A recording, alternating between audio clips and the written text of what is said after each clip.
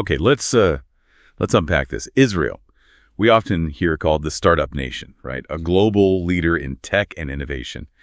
But the material we've looked at for this deep dive, well, it paints a much more complex picture. It really gets into the foundations of this tech prowess and, crucially, how it, intertwines with its military and societal challenges. You've shared some incredibly rich stuff here, highlighting both the amazing achievements and, well, the really deep ethical debates around Israel's tech scene. Yeah, what's really fascinating, I think, is how the whole narrative around technology in Israel is just shaped by so many different viewpoints. You've got the promise of innovation, maybe bridging social divides. But then there's its deep, deep integration into defense and these controversial claims about its use in surveillance and conflict. This deep dive really makes us look at all these dimensions at the same time. And it brings up a big question, doesn't it? How does a nation's identity get so tangled up with its tech, for better or perhaps for worse? Right. So our mission today is really to pull out the most important nuggets from this fascinating collection of articles and reports. We want to help you understand not just, what's happening, but the history behind it and the really profound implications of technology in this, unique context. Get ready for some aha moments, because this is where it starts getting really interesting. So you hear Israel, and almost immediately, startup nation comes to mind. And I mean, the data really backs that up, doesn't it? If you look at the 2023 Global Innovation Index, Israel's number 10 globally, and startup companies. Apparently second only to Silicon Valley. We're talking over 6,000 startups. That's one of the highest per capita rates anywhere. And the money, over $8 billion just in 2023, pulled in by Israeli startups. It's huge for a country that size. So what really explains this incredible concentration of tech? That's the key question, isn't it? And what we found is, well, it wasn't some accident. It was quite deliberate, strategic even, shaped by history. The roots really go back to the military sector pretty soon after independence in 1948. The government understood very early on that tech superiority was, vital for survival in a pretty tough neighborhood. So you saw significant government backing for R&D, things like the Office of the Chief Scientist in 1969, the R&D law in 1984, key milestones. And then other things really pushed it forward. You had this huge influx of scientists and engineers, talent from the former Soviet Union. You saw technology moving from university straight into industry. Very effective transfer. Plus, the big multinationals setting up shop there. Apple, Google, Microsoft, Cisco, HP all have big R&D centers. And fueling all this, a really vibrant venture capital scene, like 50 active funds back in 2016. They raised over $9 billion just between 2007 and 2016. And the economic impact, massive. High-tech exports were, $22.5 billion in 2015? Half of all industrial exports. And R&D spending was about 4.3% of GDP back then. That's among the highest in the OECD. Really significant investment. Okay, so it's clearly a massive economic driver. But the material also talks about this concept, New Zionism. It sounds like a shift away from the old agricultural model towards a vision based on the global economy rewarding tech innovation, using tech to tackle big world problems, healthcare, environment, security. What kind of impact are we actually seeing from that? Oh, it was led to some really remarkable innovations, things with real social benefit. Think about ReWalk, that bionic walking system. It's genuinely changing lives for people with paralysis, helping them walk again. Or even something like Steak Sartsar, using grasshopper protein for food security. Pretty innovative stuff. And maybe one of the biggest examples is water tech. Israel is #1 globally in wastewater recycling now. And systems like Netafim's drip irrigation, that's had a huge global impact, letting countries farm with way less water. These aren't just businesses, they're actually solving real problems. Those are definitely inspiring examples. Tech for good. But it's interesting. Our research also points out there's still a pretty significant digital divide within Israel. Can you tell us a bit more about that and how some groups are trying to, close that gap? Absolutely. It's not all rosy. What we found is, about 25% of Israelis are considered technologically illiterate, often cultural reasons or financial barriers. And something like 375,000 kids, especially in poorer communities, both Jewish and Arab, don't have a computer at home. That's a huge number. So this is where organizations like the ICEJ, the International Christian Embassy Jerusalem, come in. They support programs like the Ramat Social Computer Lab. It gives essential computer training to vulnerable groups, at-risk youth, job seekers, people with disabilities, the elderly. And it's very practical. They actually recycle and refurbish old computers. And the volunteers doing it, some are those at-risk youth or disabled national service members. They learn repair skills in the process. Just last year, 2023, they recycled 7.5 tons of e-waste and gave out 261 repaired computers to families. And the impact, one mother who got a computer apparently said it was a big help. You came to our aid and really saved us. It's quite powerful. Empowerment. That really shows tech's potential for direct positive impact. But now, let's shift gears a bit. Let's talk about a much more complex and maybe difficult part of Israel's tech story.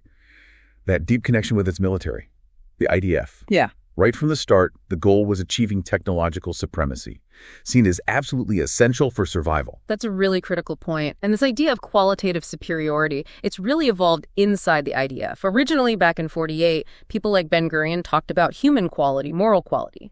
But then by the 90s, figures like Isaac Ben Israel started linking quality much more with technology, digital platforms, advanced tools, and it kept shifting. More recently, it seems this advantage wasn't just about beating enemies anymore. It became almost an intrinsic value. Like, digital superiority is measured in relation to ourselves. That's a direct quote from one analysis. And some critics argue this inward focus led to what they call digital autism. Digital autism.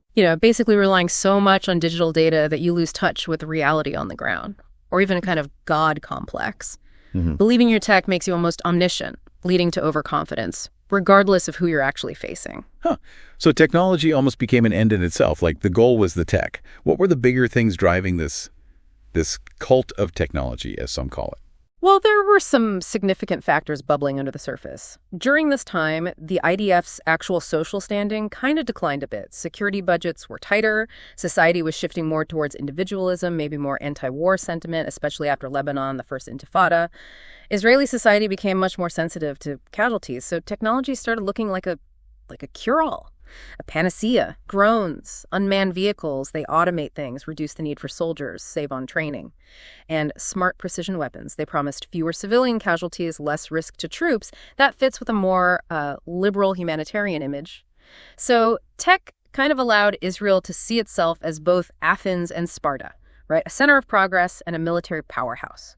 But maybe in doing that, it sometimes obscured the actual political roots of the conflicts. That's a really interesting way to frame it, how tech solutions can shape strategic thinking. Our research also talks about this conveyor belt metaphor between the defense industry and the IDF. Can you break that down? What did it mean practically? Yeah, it's a really telling metaphor for a big shift. In the early days, especially after 67, the defense sector was mostly state-owned. It drove R&D. They focused on innovation, maybe less on profit, because the government often picked up the tab.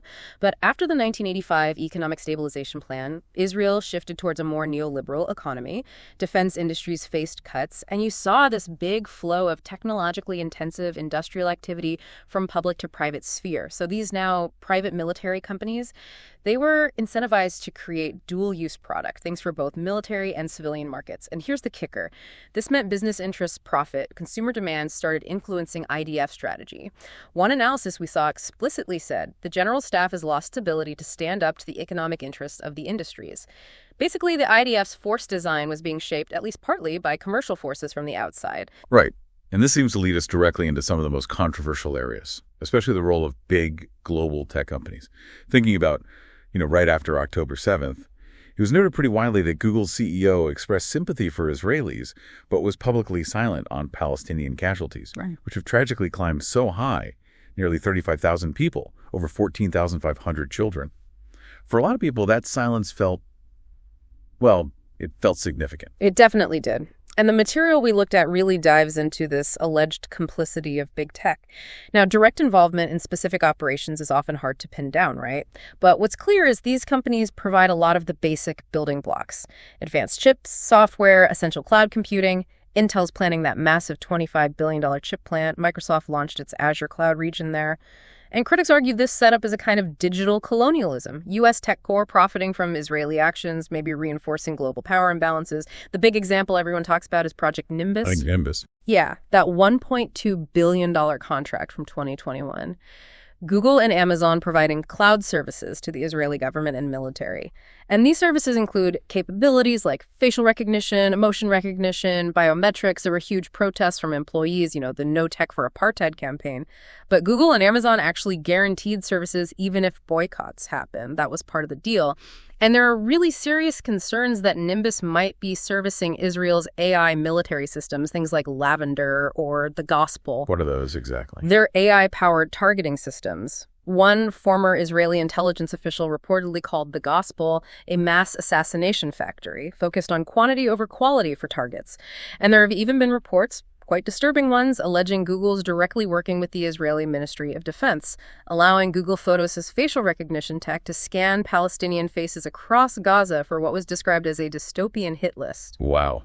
That suggests incredibly powerful widespread surveillance. And it's not just Google, is it? The research mentioned other big names, too. No, it's broader.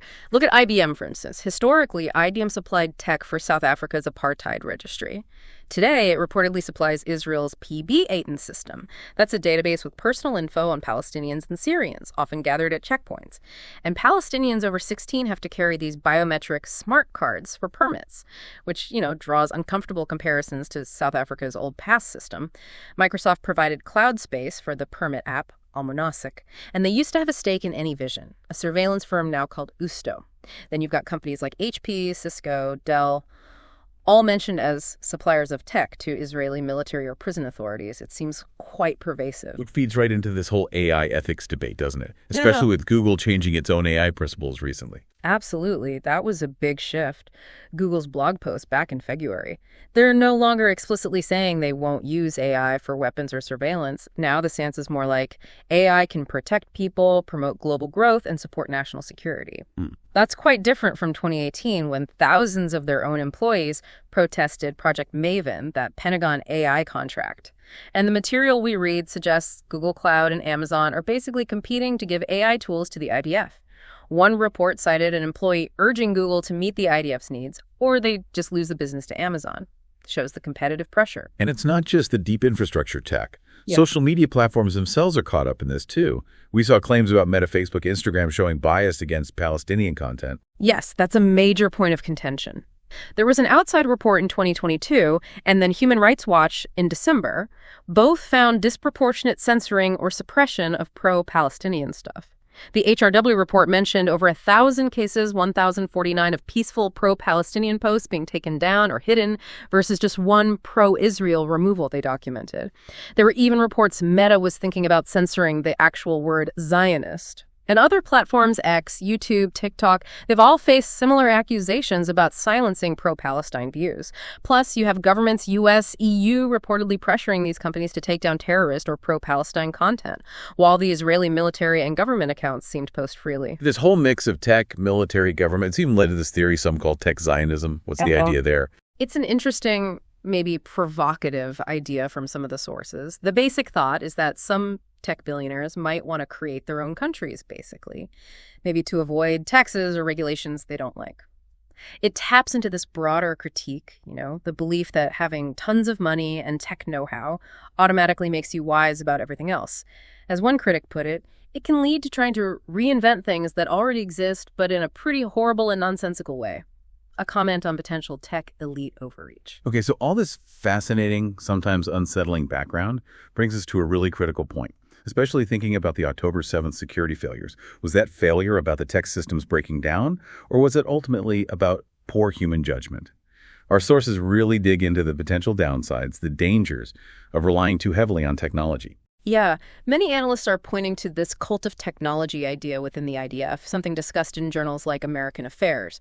One view is that Israel's defenses on the Gaza border were like a complex system, lots of interconnected parts, which makes them vulnerable to cascading failure, where one small thing goes wrong, like Hamas drones taking out control towers, disrupting communications, and it triggers a whole system collapse. Others argue it wasn't the tech itself that failed, but the over-reliance on it, this belief that fancy tech could just replace soldiers on the ground, which led to maybe underestimating Hamas and systems just getting totally overwhelmed by the scale of the attack. So the core issue in this critique is technology becoming an end in itself, detached from its actual strategic purpose. And this cult of technology seems linked to some pretty shocking intelligence failures. Unit 8200, for example, that's Israel's top signals intelligence unit, like their NSA, right? What did the sources say about its performance before October 7th? It's quite a harsh assessment, actually. Reports mention a crazy deterioration in understanding enemy culture, understanding Arabic. Instead, the unit apparently became heavily reliant on AI, speech-to-text AI for translations, replacing human analysts. But the problem was, this AI was reportedly really unreliable. One officer said it was 50-50 on a good day. Another called it basically Google Translate. And worse, there are allegations that pilot tests were even doctored to make sure the AI got adopted. This all fed into what's being called a data frenzy. Data frenzy. Yeah. After the Knives Intifada in 2015-16, those lone wolf attacks, the solution became these data-driven predictive models, using huge databases, biometrics, location data, online activity to try and profile potential attackers before they even acted. But Michael Milstein, a former intelligence officer, called this a severe intellectual crisis. He argued they were swapping deep understanding for this illusion created by graphs and algorithms, and he apparently warned it would lead to a mighty crash against reality. So it sounds like this almost blind faith in data. Was that common among senior leaders? It seems so. It's described as this God complex, or internet centrism. Senior people apparently started believing digital data was more real than reality itself. Herzi Halevi, who's now the chief of general staff, argued for digital superiority as this unified, networked body of knowledge. And then there's the story of Yossi Serial, the current commander of Unit 8200. Yes, the book incident. Exactly. He published this book, The Human Machine Team, under a pseudonym, but his identity got leaked through his own digital footprint. Hugely embarrassing.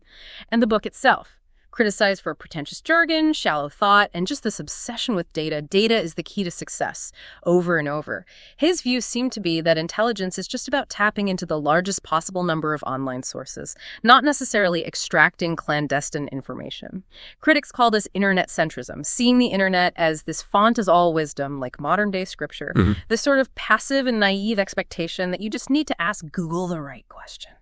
Well, it leads to a dangerous detachment from reality for intelligence, doesn't it? It definitely highlights how these internal mindsets could create huge blind spots.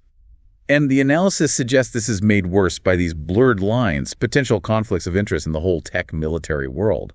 Can you explain the revolving door and this beta site idea? Right. These are important dynamics. The revolving door is pretty well known. It's that career path where people leave elite units like 8200 and go straight into high-paying tech jobs. They basically cash in on their military capital. Yeah. But it's not just junior people. Retired IDF generals often get lucrative second careers in business. And sometimes they apparently even help set up deals between their old units and the companies they're about to join. A clear conflict of interest. Potentially, yes. And then there's the beta site dynamic. This is the idea that tech companies use Israel's security situation, the conflicts, as a real-world testing ground for experimental tech, often with the IDF's cooperation. One drone developer was quoted saying the Ministry of Defense helps develop the products and adapt them to the needs of the Army. So the concern is that operational standards might get compromised sometimes because the motivations aren't always just purely about military effectiveness. That really raises questions about oversight and whose interests are being served. And ironically, the research suggests that this tight integration of civilian tech into the military might actually be narrowing the tech gap between states and non-state groups. How does that work? It's a key paradox. Think about it. Innovations in civilian tech, advanced IT, cheap drones, robotic, they become off-the-shelf products. So non-state actors, terrorist groups, they can acquire pretty sophisticated tech relatively easily. Now, the state army might still have the most advanced version, but the overall gap shrinks. And this actually benefits the non-state groups disproportionately because their goals are usually more limited: cause damage, disrupt, survive, not necessarily conquer territory like a state army. It really challenges that old assumption that more tech automatically means more advantage for the state military. Okay, so bringing this all towards today and looking ahead, what does this mean for Israel going forward? The analysis points to these big clouds still hanging over the new Zionism idea, especially the ongoing occupation and the political power of the ultra-Orthodox. Yeah, those internal pressures are huge. Inside the IDF itself, you're likely to see a real debate, a pushback against relying so heavily on tech after the October 7th failures. But then again, there's counterpressure. The global trend is towards integrating these dual-use technologies everywhere, so it's a tough balance. And then there's the human factor, the increasing influence of religious Zionists within the IDF's combat units. Some call it a theocratization of the military. This sets up a kind of identity struggle within the IDF. Between the traditionally secular tech elites, like in Unit 8200, and these religious nationalists who are now trying to get into those tech units too, it really mirrors that bigger societal tension in Israel between the vision of a halakhic state governed by Jewish law and the startup nation. So wrapping this up. Yeah.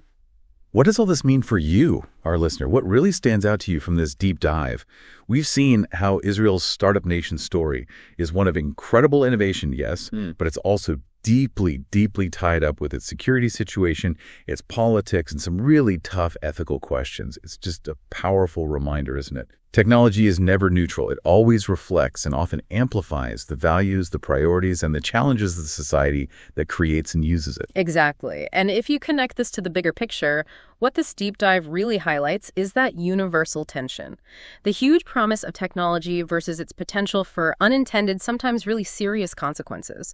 It pushes us, I think, to look critically at how nations and big global companies, too, are dealing with the power of AI, surveillance, all this digital infrastructure. Yeah. It's not just about the cool gadgets, right? It's about the very structure of society, how we're governed in this digital age. Okay, so here's a final provocative thought for you to maybe chew on after this.